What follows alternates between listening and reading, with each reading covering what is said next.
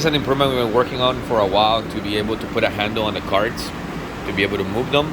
We put a handle holder, I guess you could call them, on either side of the cart, so we can pull from either side. And then we got these handles that can be removed, and we have mounted them on the wall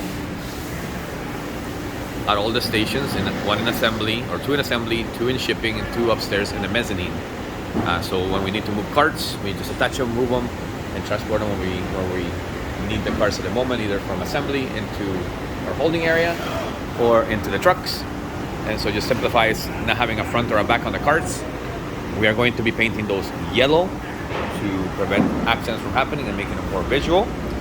And we're also going to be using these to load into the trucks. So this is an improvement that we made as a team. We'll design this bracket for the carts, and we source the handles. So that's what we've done so far. And this is another improvement for the shop.